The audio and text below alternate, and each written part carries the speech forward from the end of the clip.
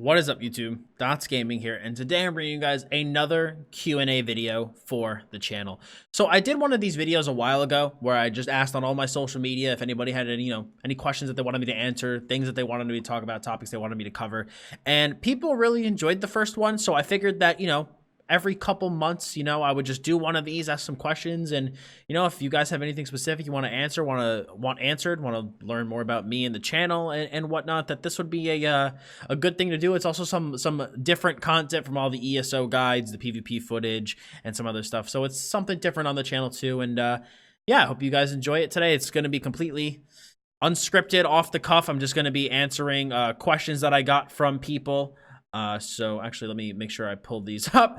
But yeah, it's from Twitter, YouTube, Instagram, the Facebook page. So I pulled some of the best questions from those, and we are going to answer them today.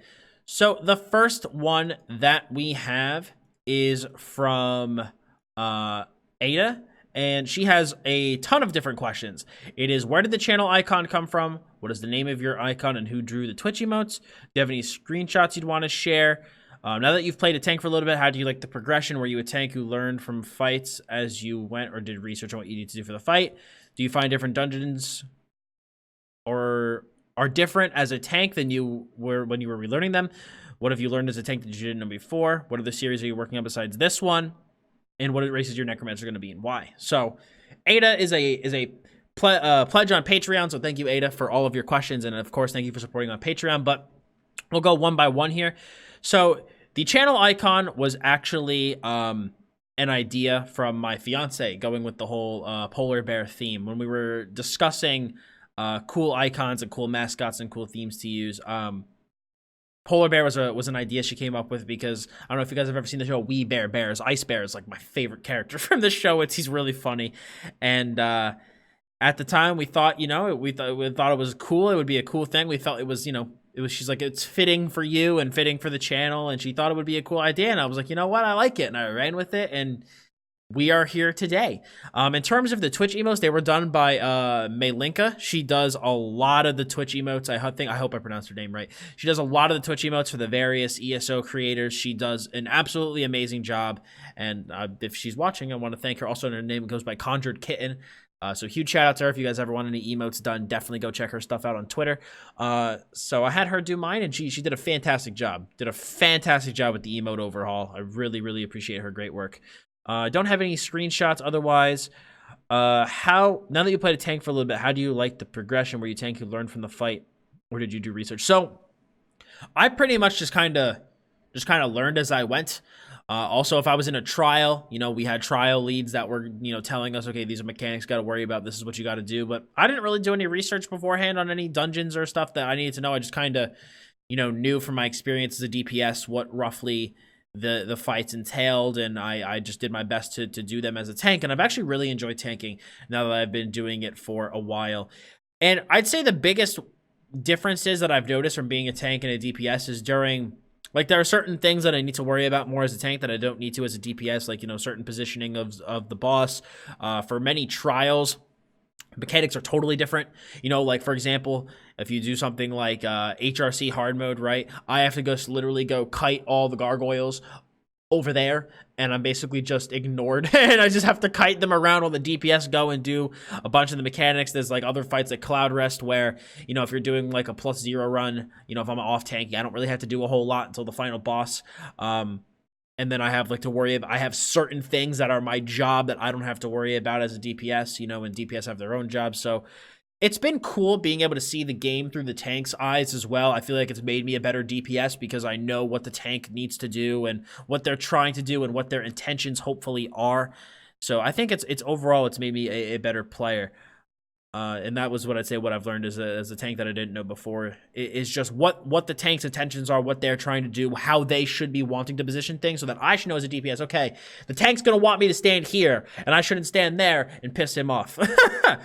What other series are you working on besides this one? So I have the Battleground Basics series that I'm working on, which, by the way, if you guys have any suggestions for the next video, please let me know. I'm taking requests for that. We also have the Dungeon Guide series. We have this. Fireside chat, again, if you guys have any suggestions for fireside chat, please leave those below.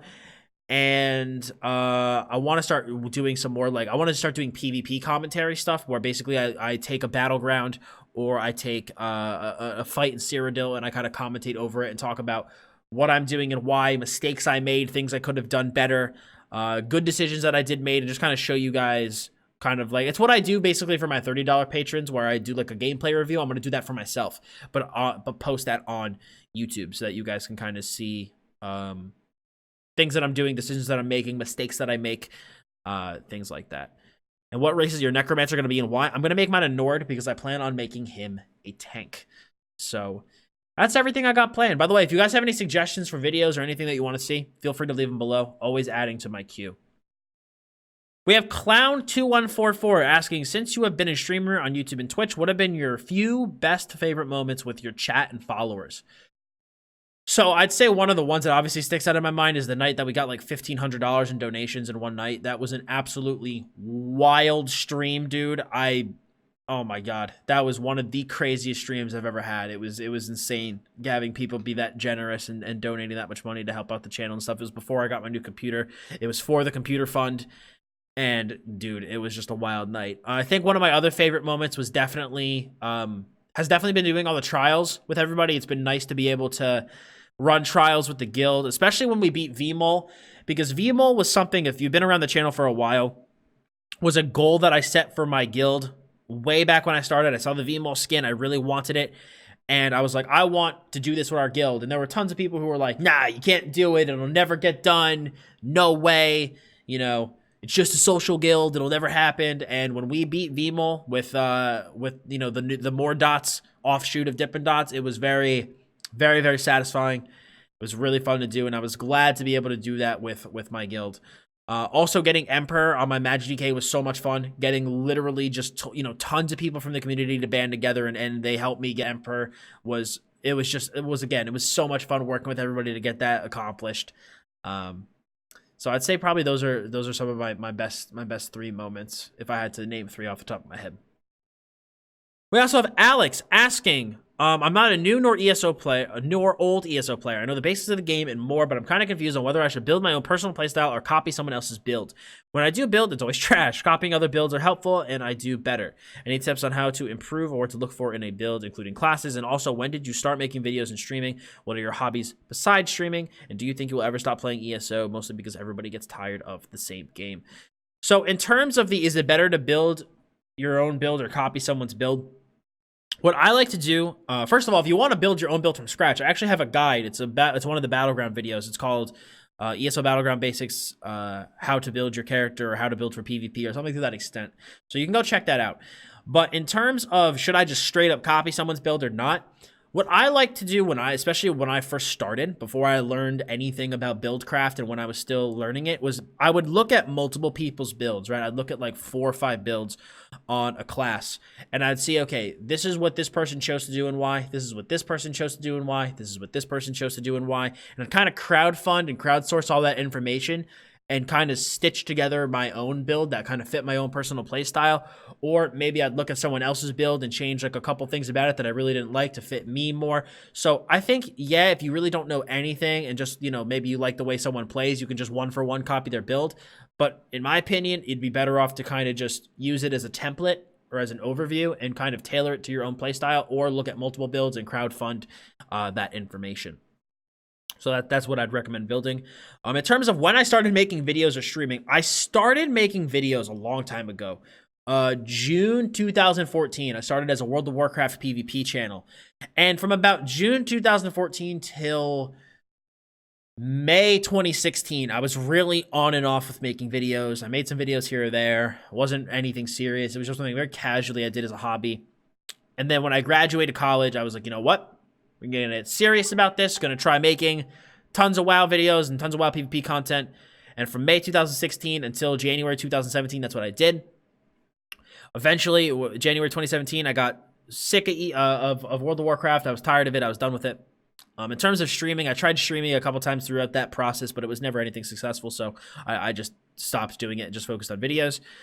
January 2017, I was looking for a new game, and at that point, I had tried ESO and made one video on it, the original Complete Beginner Guide, which did really, really well. And so a ton of the subscribers I had on YouTube at the time I only had like 2K subs. They were like, hey, you should try ESO again.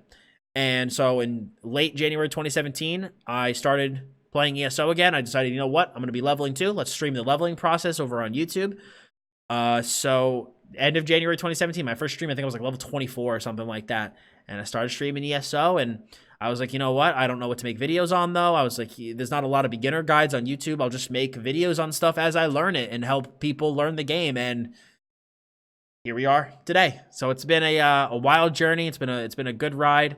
And I can't wait to see what the future holds with it. But that's just like a general overview. If I went into the whole story, we'd be here a long time on just this question. But do you think they will ever stop playing ESO because everyone gets tired of the same game?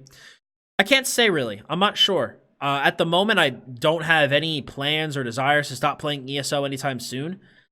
Maybe if at one point ZOS stops supporting the game, or they make and do some certain things that I really, really dislike, that maybe I'll start looking for alternative games. But for now, I plan on ESO being the core of my content for a very long time. I'm still really, really enjoying the game, and I'm looking forward to elsewhere and you know, the direction that ZOS has taken the game in. So currently at the moment, I don't have any plans, but you know, if they start to stop support for the game, or it starts to kind of go downhill, or you know, maybe they start making some changes I really dislike, then maybe I'll start looking for some alternatives and be asking for you guys for opinions on that. But at the moment, no plans. Internet supervillain, are you still as confident in ZOS? I remember you saying this would be the year of balance and prosperity in ESO. This coming on the heels of the in-cap change isn't exactly the best time to ask this question. Just so people know, I am recording this on 5/8/2019, so this is like the day after the in-cap change was posted. I am, but I think that they, for lack of a better terms, I think they need to kind of like, they need to really sit down and kind of like take a step back and kind of be like, what are we doing here? You know, they talked about this kind of being the year where they kind of, you know, they set out the standards for classes, right? They make the standards for the passives, they make standards for the skills, and they standardize everything so that balance will be easier moving forward. And I feel like they started to head with a good direction with that, with Wrathstone, with the racial changes. The first pass of the Elsewhere patch notes I felt overall was very good balance-wise. You know, of course, there were some things that, you know, weren't as good, and that there were some classes that needed some love that didn't get it. But overall, I thought it was good. And I feel like the iterations of the PTS for Elsewhere that have been coming out since then have just been, I just feel like they don't know what they want to do, especially with Nightblades. They started nerfing Stamblade, and then they saw some backlash about it, and they've been adding stuff back. And it's ended up like buffing the class in certain areas. And I just feel like they need to just really calm down and figure out what they want to do with the class. Like or what they want to do with certain balance changes. I feel like they're just kind of like throwing stuff at the board and seeing if it sticks and seeing how people react to it. And that's not always the best way to do it.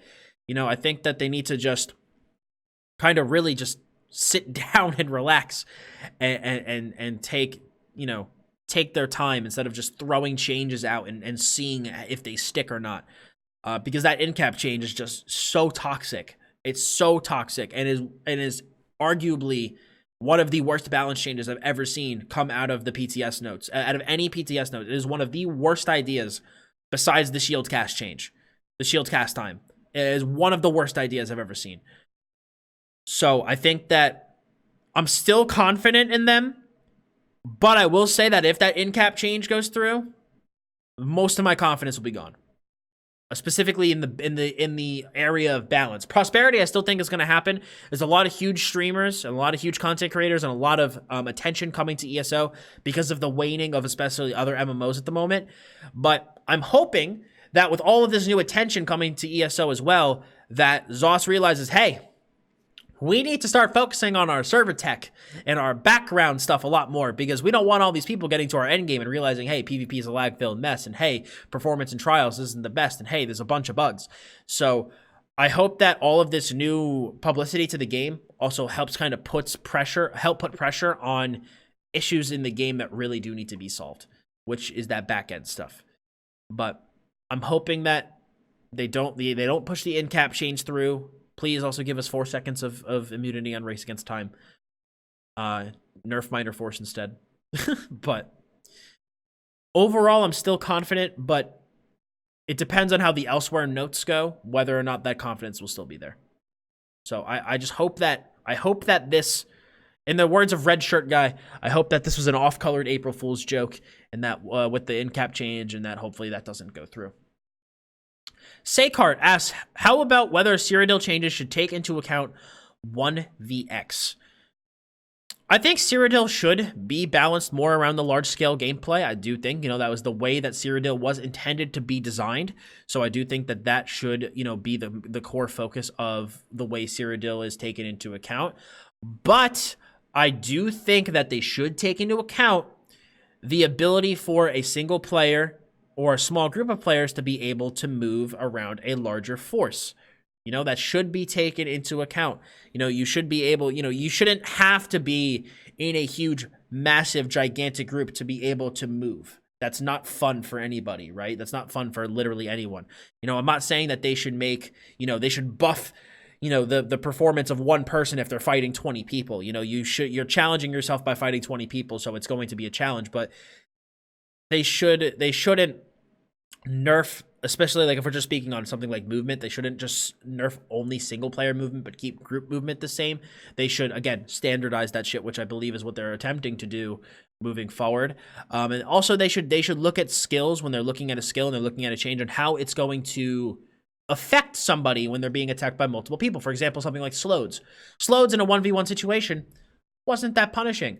But if you had 3 people attacking you and they were all wearing Slodes, it was impossible. And not because, and there's no counter gameplay, there's no skilled gameplay there. It was just like, I'm just taking oblivion damage. So in regards to changing things about an XV1 situation, mechanics like that are toxic and punishing, that don't require any thought process, like the new in-cap silence, that type of stuff should obviously be nerfed and changed. But I think specifically Cyrodiil balance, no.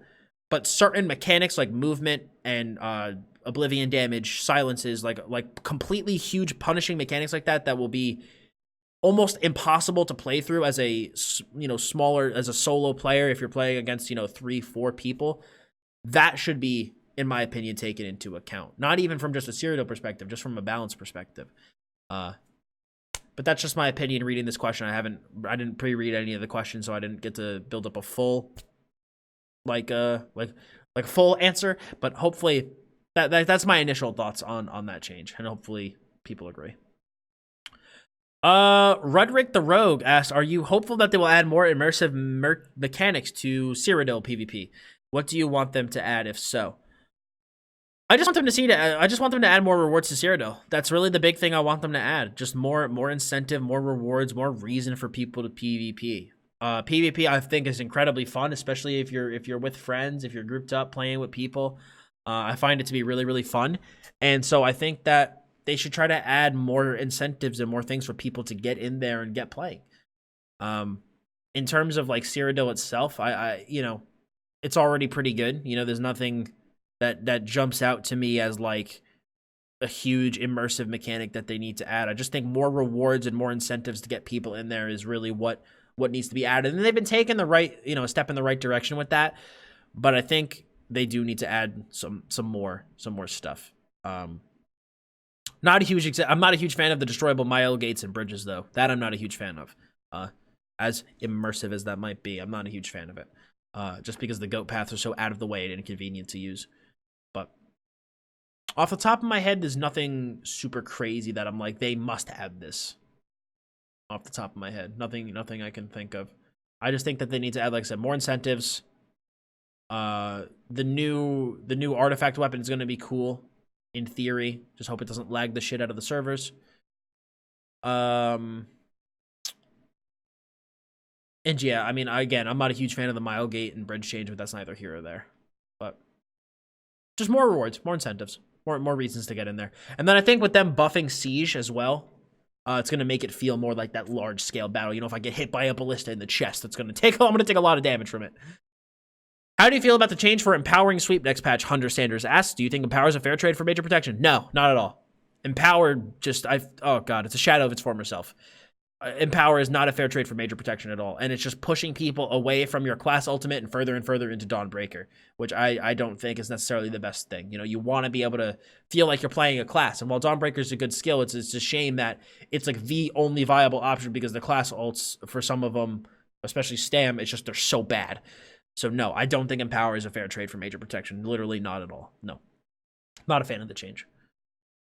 Alex asks, what's your favorite and least favorite aspects of ESO?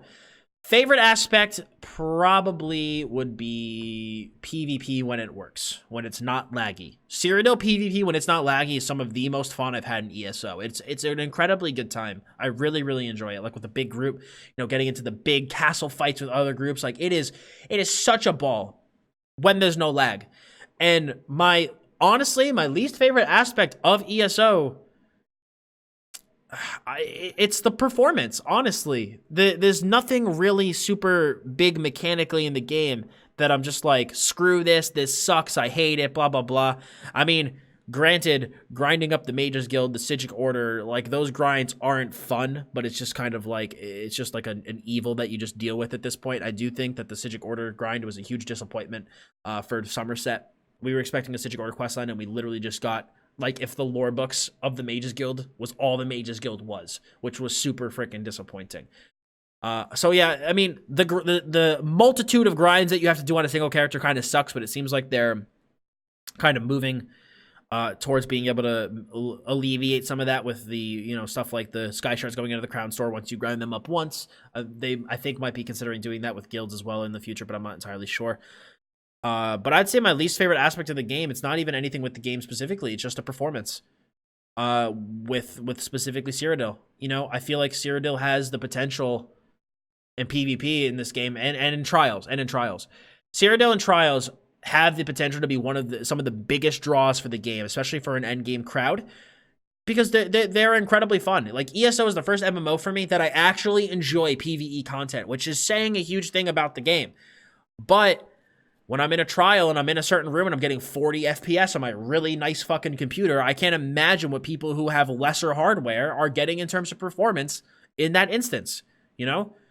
And when that's, you know, you spend all this time playing the game and you get to the end game content and it lags, it just feels like it's just super disappointing, you know? Like, I can't click my skills, or I died because of a bug, or I can't fight these guys because my skills are literally just not working.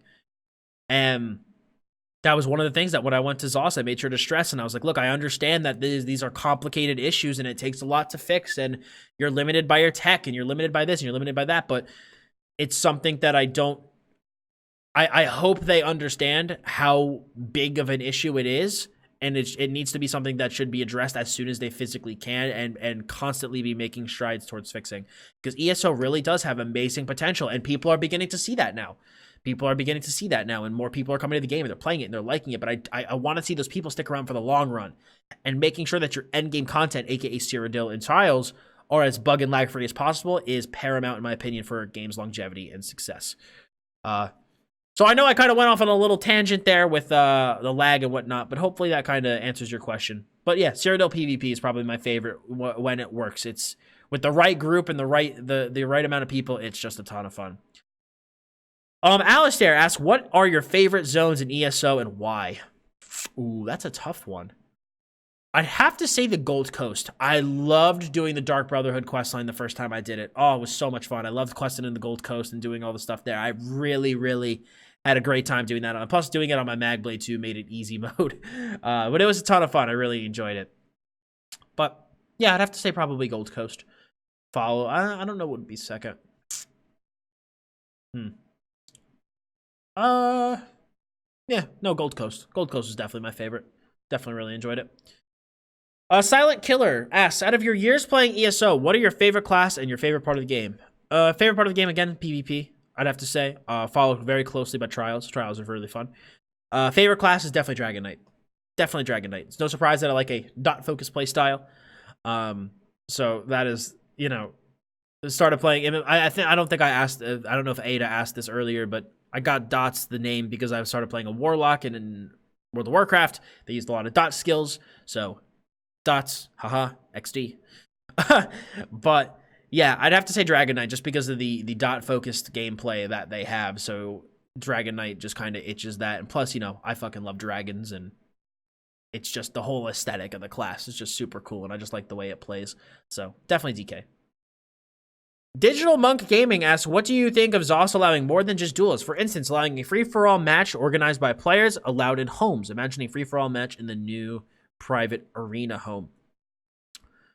It would be cool if you could do something with that home specifically, right? You could do something where if you are in a group of 4 players, right? You have to have a group of 4 players where you can just have the group leader of one group challenge the group leader of another group.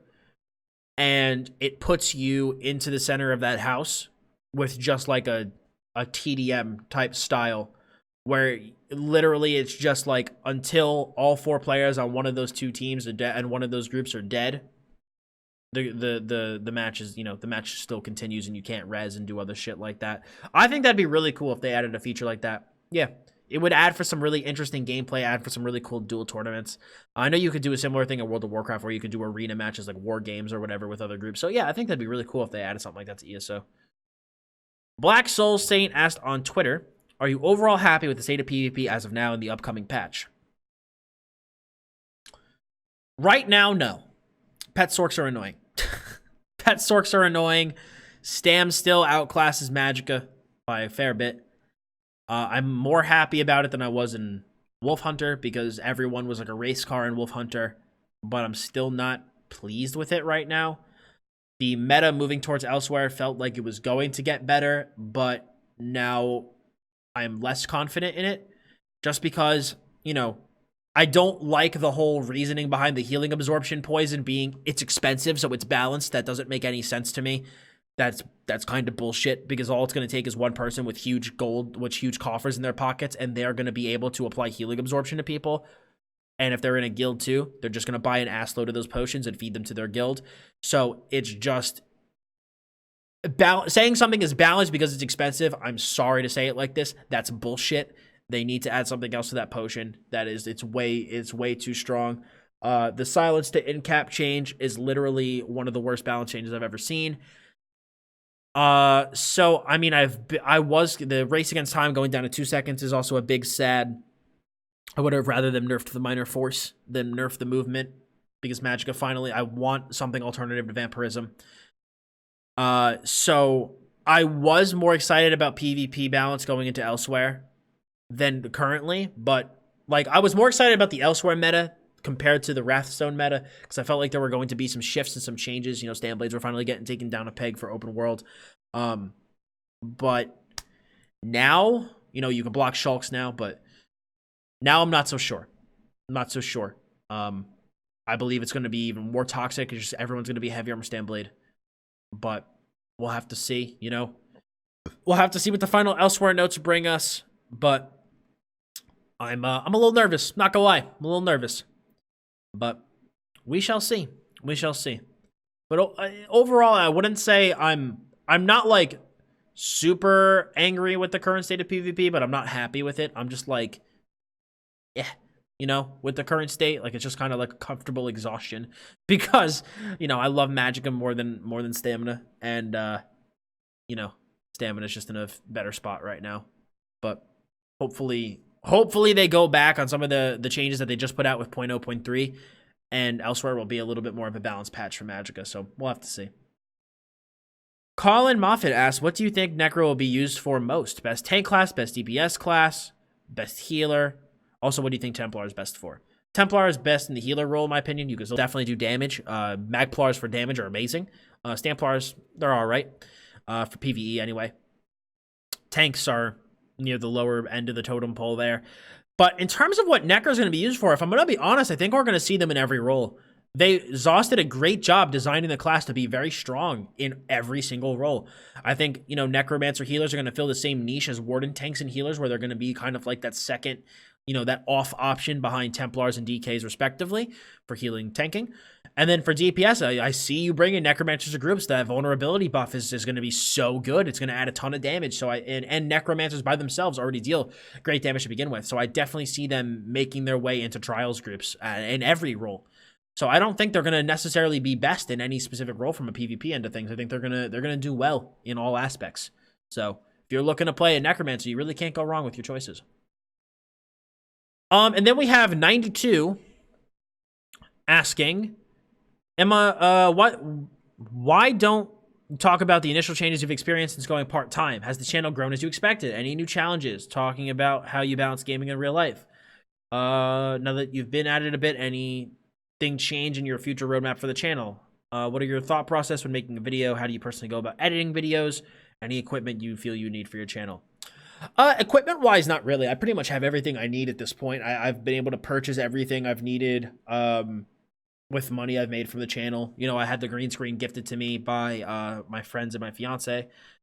So equipment-wise, I'm good.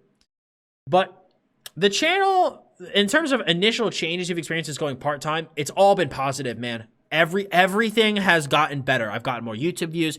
The website's more popular. The Twitch stream is more popular. Patreon has gone up, which all makes sense, you know, because the more time you can spend with this stuff, it's like any other job, really. You know, the more time you can spend doing something, the better you're going to get out of it. You're going to get with it, and especially with this being like a, you know, self-employed business, you know, the more time I can spend doing it, the more rewards and I'm going to get from it.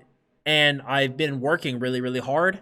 Been busting my ass, you know. It's just because I went part-time, I didn't make my schedule any easier. I actually gave myself more work to do because I have more time to do it in. But like overall, it's less work in my life because I don't have to balance a full-time job and try to shove as much Dottz Gaming stuff into my life. You know, it used to be like I'd work Monday through Friday, do streaming Monday through Thursday at night, and then on Sunday I'd spend all day making videos. But now I stream on Monday, Tuesday, and Thursday nights, do video making and stream on Wednesdays and Fridays during the day, and now my weekends and my Wednesday and Friday nights are totally free, which has been really, really good for my mental health, let me tell you. But I'm really glad that I was able to bust my ass and work really, really hard for years, literally, to get the channel to where it is today. And I'm very happy with it, and I thank you guys for helping me get here. In terms of any new challenges, you know, the biggest challenge I think at first was coming up with a good schedule to kind of run the channel through and the best way to balance things. But I feel like what I got going on has been working really well. At least I feel. Obviously, with more success, will obviously come trolls with it. So that's been a challenge. But you know, I've put in countermeasures and things to deal with them, and I've also definitely grown mentally in that department with dealing with the things that people say and people trying to rationalize your success and people trying to, you know, just general internet trolling. So, you know, definitely grown a lot mentally there dealing with all of that stuff. In terms of how I balanced gaming in real life, that was definitely like, it put my college time management that I learned really to the test, man. I literally scheduled every moment of every day, and that was part of the reason that I was able to get a semblance of balance between real life and doing this, as well as working. And it was still tough, man. It was still tough for the time that I did it. I'm really glad that my fiance supported me and my family and friends supported me with what I was doing with this. And I was able to grind it out and work really hard to get everything to where it is today. And now I have way more free time and I can spend more time with my fiance, spend more time with family and friends. And it's been really nice. It's been really, really nice. But in terms of how I balance things, it was really about smart scheduling, time management, and being strict with like, I have to get this done today because I have to go do this tomorrow, or I have to go see this person tomorrow, or I want to hang out with so-and-so tomorrow. So I literally have to work my ass off to get this done today, even if it means not going to bed until 2 or 3 in the morning, you know? Anything change in your future roadmap for the channel? Not really. I still plan to continue to stream like I'm streaming, make YouTube videos like I'm doing, continue to grow the website, continue to grow Patreon. Everything right now is like, I'm really happy with how I have everything set up, and it's just kind of like I want to just keep growing it, so to speak. You know, if ESO ever does begin to wane a little bit, I obviously will start to expand more heavily in other games. You know, I was not happy with ESO at the end of 2018, so I expanded into Spellbreak a little bit. I looked into some other games. I plan on looking into New World when it comes out, the Amazon game. So I do plan on playing more Spellbreak once kind of all the work I have to do for Elsewhere kind of dies down. So you guys will see more games from me in the future, but overall, no, roadmap's pretty much the same. And then finally, how do I go about editing videos? Depends on the video. Depends on the video. Build videos and certain guides, I'm able to just record with OBS in one shot. Other guides, you know, I need to record footage first and then do voiceover second, get snippets of certain screenshots, overlay those on top of it. So it really depends on the video. Really depends on the video. But normally I try to do all of the prep work beforehand, get all my images made, get all my video recorded, get my voiceovers done. Then I take all of that stuff, import it into my editing software, and just stitch it all together. And then what is my thought process when making a vid? Again, it depends. Really depends on the video.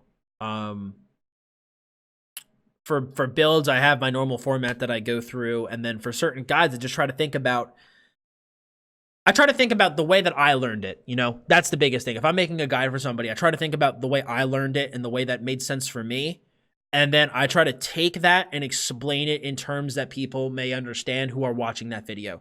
Like, it's so easy to explain like something like at a high level topic, right? It's so easy to explain a high level topic using the high level, you know, reasonings and terminologies and explanations, and somebody who knows a lot about what you're talking about, it's gonna be like, oh yeah, that makes sense. I understand that, right? Like if I was to talk about building with somebody else who is a good builder, you know, me and that person could have a conversation and I wouldn't have to tailor anything I say when talking to that person. But if I'm talking with somebody who is brand new, I want to try to explain things in a way that, knowing where they are at mentally and how much they know about the game, explaining it in a way and using terminology and explanations that maybe they'll understand, even if it's just trying to.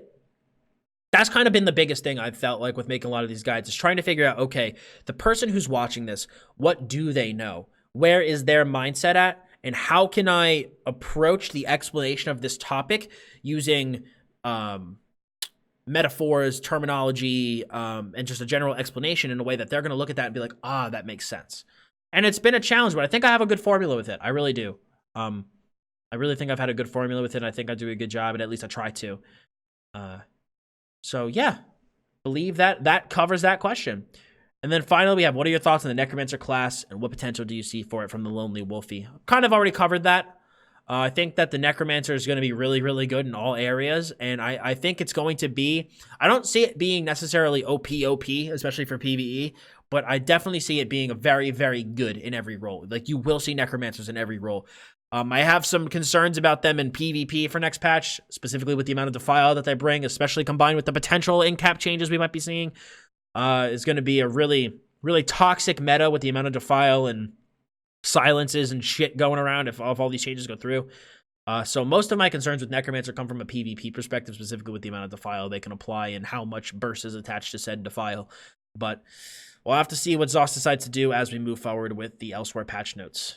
But that is it, guys. That is all of the questions I wanted to answer and cover today. I want to thank you all so much for submitting your questions. If I didn't get to your question, I am sorry. I tried to just pick some ones from a bunch of the different social medias and make sure to cover those. If you guys enjoyed this, please leave a like on it. If you want me to do more of these, feel free to let me know. Let me know what you guys thought in the comment section below. I'd love to have a good conversation. And if you guys enjoyed this and want to see other great ESO content, please hit the sub button as well as hit the bell to keep notifications on. But yeah, I'll definitely do another one of these soon if you guys really, really want me to. But I hope you all enjoyed something a little bit different today. Thank you all so much for stopping by. I very much appreciate it. As always, I'm Dottz Gaming, and I'll see you all very soon.